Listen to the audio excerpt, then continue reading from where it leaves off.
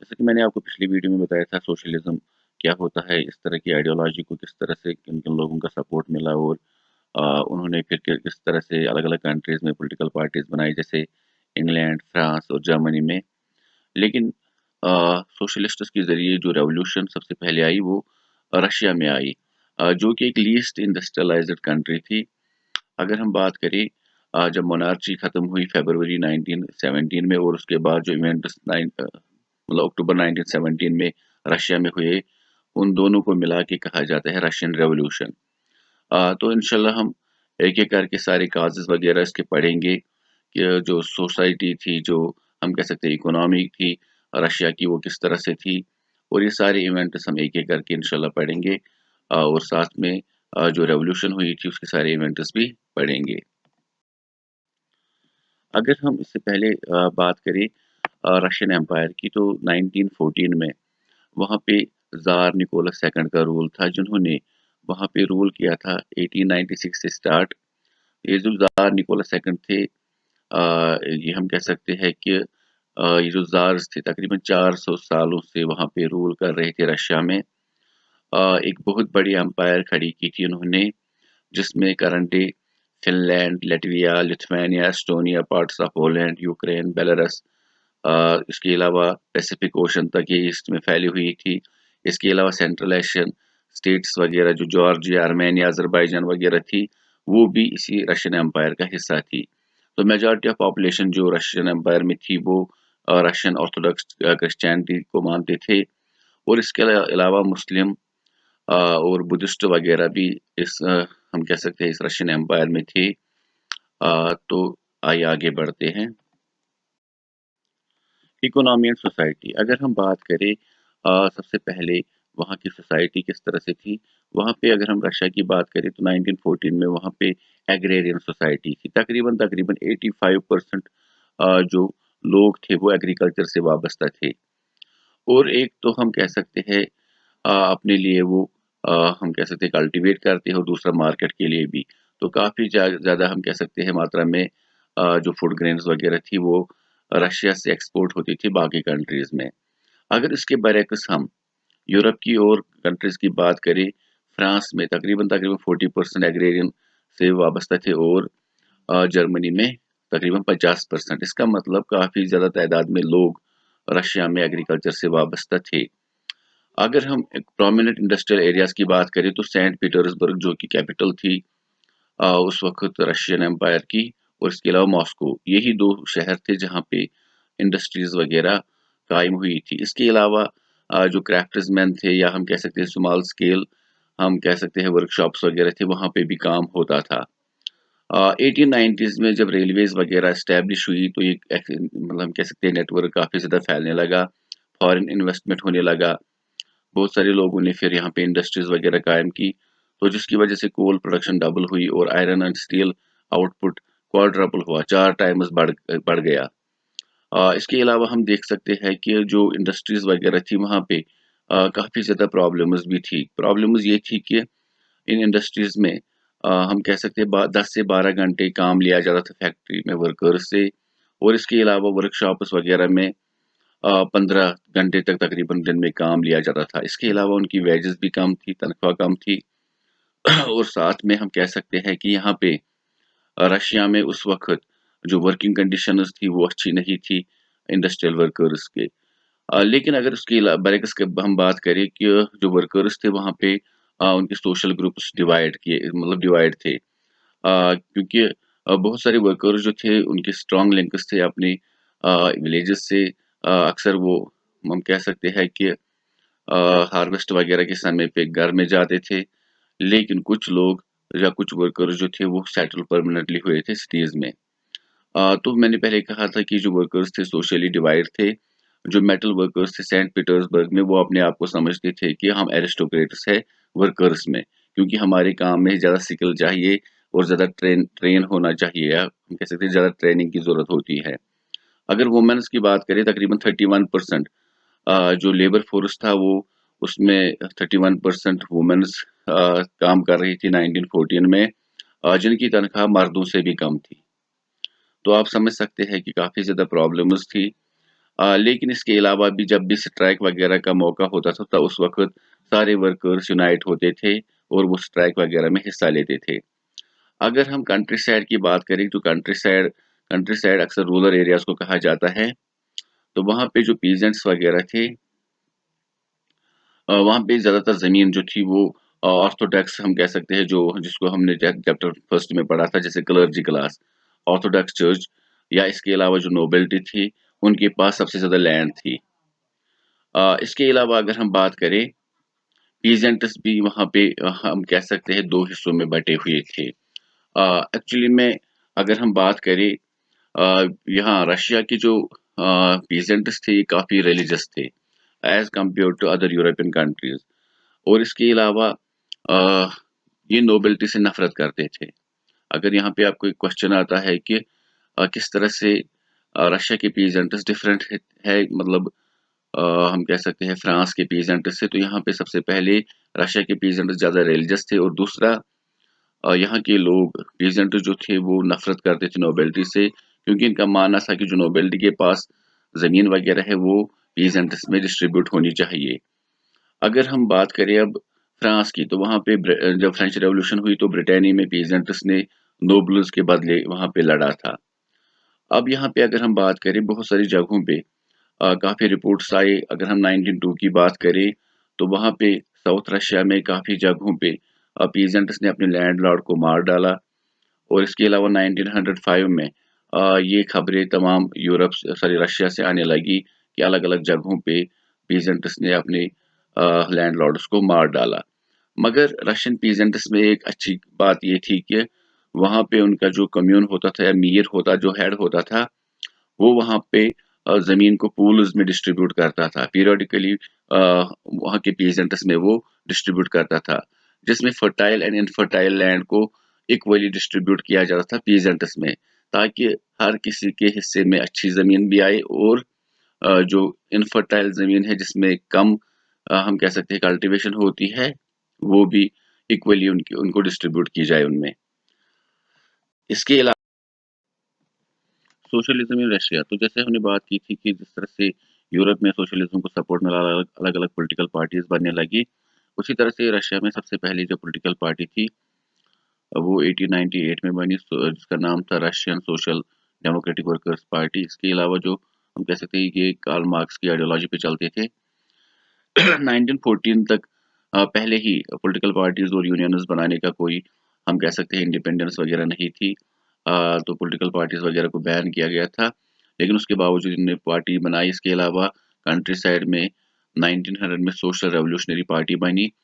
उसके बाद अगर हम बात करें, जो Russian social democratic workers party थी, इनकी आइडियोलॉजी में काफ़ी ज़्यादा डिफरेंसेस आ गई और यहाँ पे ये स्प्लिट होकर 2 हिस्सों में बँट गई। एक पार्टी का नाम रखा गया बोल्शेविक्स, जिसके लीडर थे व्लादिमीर लेनिन, और दूसरी मेंशेविक्स।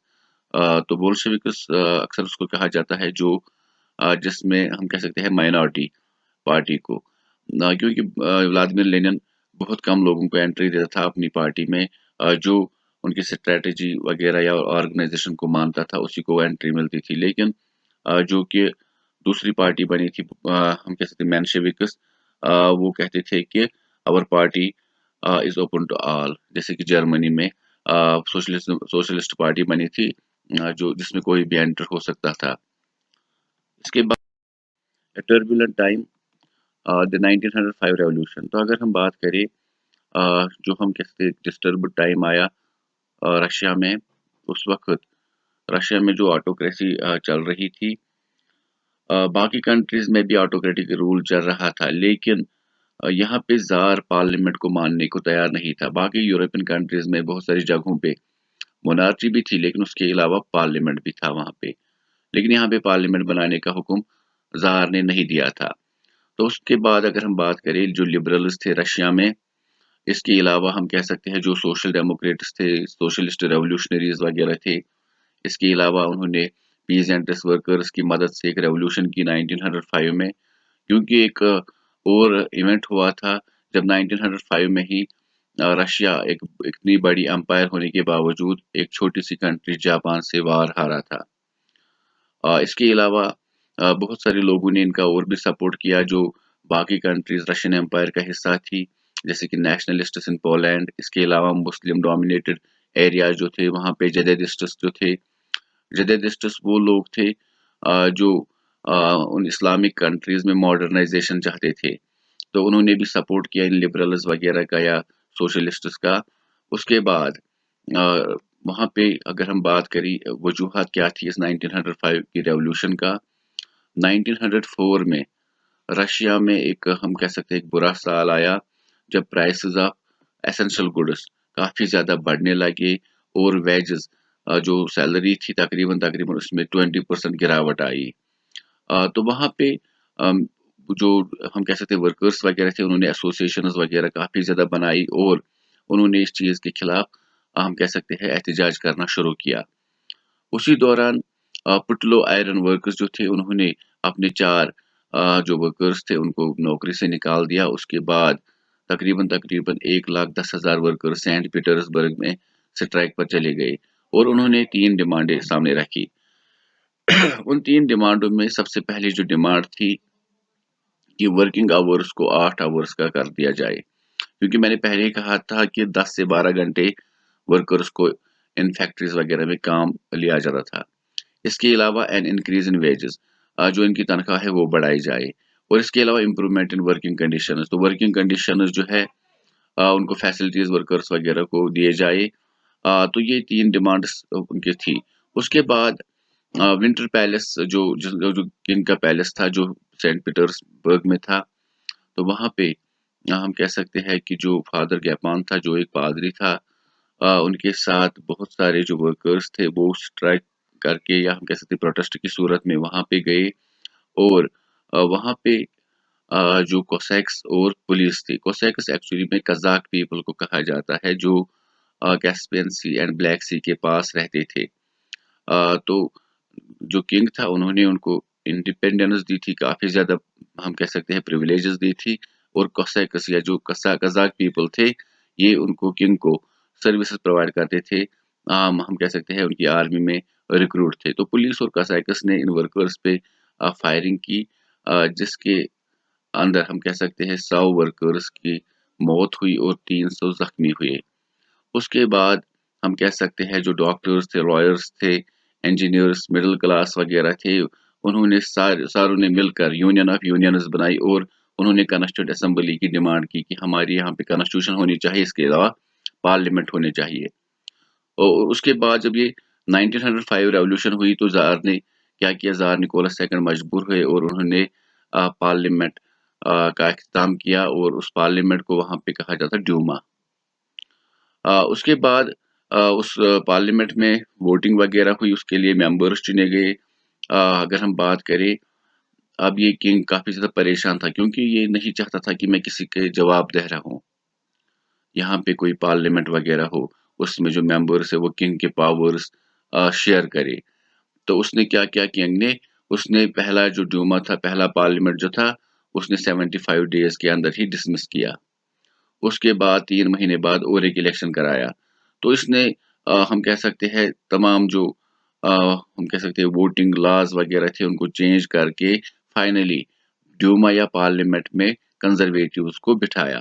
तो ये कंजर्वेटिव्स वो लोग थे जो किंग को सपोर्ट करते थे, और उन्होंने उस ड्यूमा से लिबरल्स, रेवोल्यूशनरीज वगैरह को बाहर किया।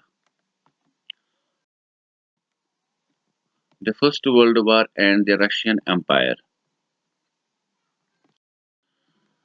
तो अगर फर्स्ट वर्ल्ड वॉर की बात करें, ये 2 ग्रुप्स में लड़ा गया था जिसमें एलाइड ग्रुप और सेंट्रल पावर्स थे। एलाइड ग्रुप में अलग-अलग कंट्रीज थी, जैसे जर्मनी थी, ऑस्ट्रिया और टर्की थी।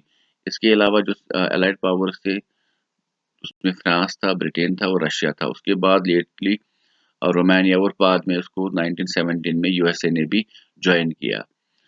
तो अगर हम बात करें जब फर्स्ट वर्ल्ड वॉर शुरू हुआ तो सारे लोग जो थे हम कह सकते हैं वो ज़ार निकोलस के सपोर्ट में आ गए और उन्होंने मशवरे वगैरह देने शुरू किए।